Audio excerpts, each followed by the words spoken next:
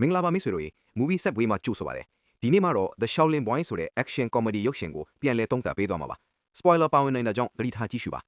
ဇလန်ဆာမှာအသက်8နှစ်အရွယ်ကလေးတစ်ယောက်ဟာရှောင်းလင်ဘုံကြီးကျောင်းအဟောင်းကြီးလဲကိုဝင်လာပါတယ်သူဝင်သွားချိန်မှာပဲအလွန်ကြီးမားတဲ့တကားကြီးတွေဟာအနောက်ဘက်ကနေတစ်ချက်သေးပိတ်သွားပါတယ်ဒါပေမဲ့ဒီကလေးဟာတာမန်ကလေးမဟုတ်ပါဘူးသူ့အမိကရှောင်းယူထီဘီအသက်3နှစ်ကလေးကကွန်ဖူးလိကျင့်လာတဲ့ကလေးလေးပါ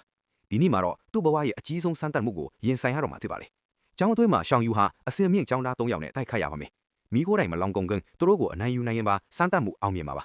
ပထမ2ယောက်ကစူးစမ်းတော့လေမိခိုးတိုင်လောင်ကားတဝက်လောက်မှာပဲရှောင်းယူကိုမရှင်နိုင်တော့ပါဘူးသူခက်ရှားမှုတွေကမြန်ဆန်တိကျပြီးအရန်ထမြတ်လာပါတယ်နောက်ဆုံးတစ်ယောက်ကတော့အရန်ကျွမ်းကျင်တဲ့ဆရာတစ်ယောက်ဖြစ်ပြီးတိုက်ခိုက်မှုကြောင့်ဘုံကြီးကျောင်းချမ်းပြင်အောင်တုံခါသွားပါတယ်ဒါပေမဲ့မိခိုးတိုင်လောင်ကုန်သွားချိန်မှာတိုက်ပွဲရပ်သွားပြီးရှောင်းယူစမ်းသပ်မှုအောင်မြင်သွားပါတယ်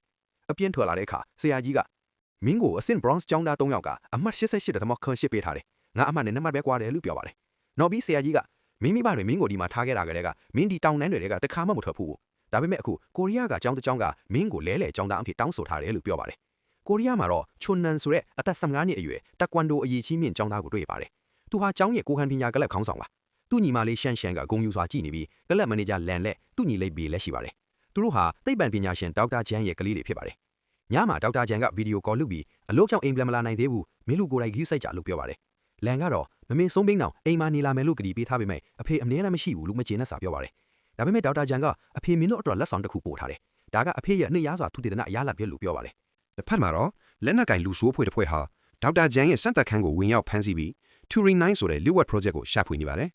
ဒေါက်တာဂျန်ကဒါကညံရည်ရှိတဲ့အယုတ်တစ်ခုပဲမိမဆုံးပြီးပါမိသားစုသက်စောက်ထားတာပါလို့ပြောပေမဲ့လူဆိုးတွေမယုံကြည်ပဲနှိပ်စက်ကြပါတယ်အိမ်မှာတော့လန်ကပါဆယ်ဖွင့်လိုက်တဲ့အခါမိခင်ရဲ့အထံနဲ့ပြောတဲ့ပန်ဒါအယုတ်ကိုတွေ့ရပါတယ် AI နည်းပညာနဲ့မိခင်အထံကိုထည့်ထားတာပါအယုတ်က password ထောင်းတဲ့အခါလန်ကမိခင်နဲ့ဆိုင်တဲ့စကားလုံးတစ်ခုကိုတိတ်တိတ်ပြောလိုက်ပြီးဒါက password ဖြစ်သွားပါတယ်နောက်တနေ့မနက်မှာလူဆိုးတွေအိမ်ထဲဝင်လာတဲ့အခါရှောင်းယူဟာတယောက်ထဲနဲ့ပဲသူတို့ကိုအနံ့ယူပြီးထပ်ပြေးစေခဲ့ပါတယ်ဒါပေမဲ့နောက်တစ်ချိန်မှာတော့လူဆိုးတွေပန်ဒါအစစ်ကိုခိုးယူနိုင်ခဲ့ပြီးဒေါက်တာဂျန်နဲ့လန်ကိုပါဖမ်းဆီးသွားပါတယ်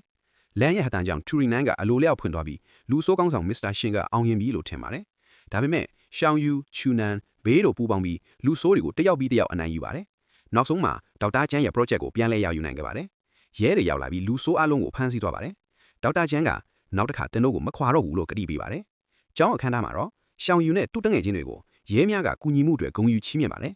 ရှောင်းယူဟာကျောင်းသားတစ်ယောက်တည်းမဟုတ်လူတိုင်းကိုအားပေးသင်ကြားပေးနိုင်တယ်စိတ်ဓာတ်နဲ့ကိုယ်ခံပညာကိုပေါင်းစပ်ထားတဲ့ကွန်ဖူးဆရာလေးတစ်ယောက်ဖြစ်ခဲ့ပါတယ်